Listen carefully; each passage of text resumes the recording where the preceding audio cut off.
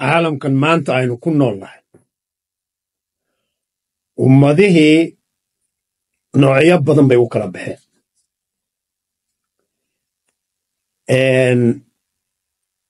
dadka caawa aynu ka sheekeynayno dhowrka calaamadood aynu ka sheegayno waa shakila inay noloshaada ku jiraan qaar baa inta halkaas soo fadhiistaan waxay kugu soo qorayaan waxaad sheegaysaa uun wax negative ah arrintani ma aha waxaanu la u digaynaa dhallinyarada inaan la dagin annaga meelaha qaarkood waa lanagu dagay laakiin dhallinyarada life experiencega waa wax muhiima inaanu u digno ku cibri qaataan macnuu ma aha wax walba inay siday tahay u qaataan laakiin intay wixii dhegaystaan oy qalin iyo warqad soo qaataan oy miis fadhiistaan inay ka fikiraan ma laga yaabaa dad noocana oo horumarkaaga dhaawac ku ah inay noloshaada ku jiraan hadday ku jiraan kuwaasina hal kale ma jiroon ahayn inaad droob garaysood iska erido walk away ka dhaqaaq marka dhowr calaamadood baan balcaawa idiin sheega hadduu ilaahay yidhaahdo laakiin intaynaan arrintaa gelin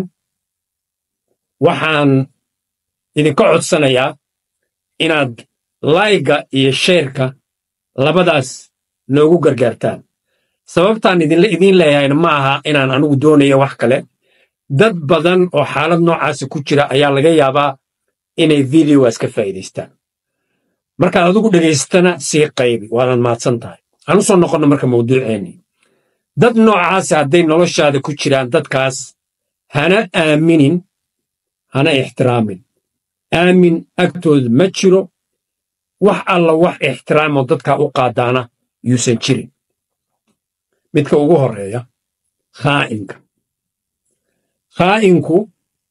mar walba wuxuu isaga kaa dhigi inuu adiga ku danaynayo oo uu saaxiib kula yahay maantoo dhan uu kula sheekaysan intaa uu kula sheekaysanayo recording ayuu ku samaynayaa hadalkaagoo dhan mal alla markaad ka dhaqaaqdana wixii uu hadalkaa urursaday sidii uu kuugu baabbi'in lahaa ayuu falowgeed geli ha aaminin way soo bateen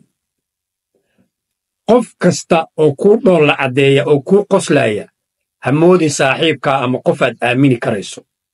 taxaddar yeelo midda labaad kuwo waxaa jira iyaguna mar walba adiga uun ku dhaleecaynaya isla markaana markay arkaan inaad tallaabo yar horay u qaaddo magaaladii waxay qaadanayaan buun oo waxay leeyihiin adigana indhaha kaa saarayaan war maxaad isla waalaysaa waxaad tahay male kanaad tahay iyagu laakiin kursiga ay ku fadhiyaan ka kici mahayaan oo waxba qabsan mahayaan noocaasina maalintii oo dhan way hurdaan habeenkii oo dhanna laadhuubay ciyaara way soo jeedaan waxayna ku mashquulsan yihiin bani aadam kale xumaantiisa iyo sidii ay qofkaa un u dhaawici lahaayeen laakiin waxay iloobeen maalin maalmaha ka mida iyagana albaabka in lagu soo garaacay maxay sameeyaan markaas waxay sameeyaan mas'uuliyadda ma qaadayaan iyo khaladkay galeena dad kale ayay isla markiiba eedaynayaan waxaa jira qolo kale oo iyaguna midka saddexaad wax alla wax naxariisa amba embatiyaba aan lahayn qof bani aadam kasta wax kastoo carqaladoo la soo gudboonaata naxariis agtooda ma taalo laakiin ayaga markay carqaladda dadkaa qabsatay oo kale ay la soo gudboonaato waxay rabaan in loo soo wada gurmado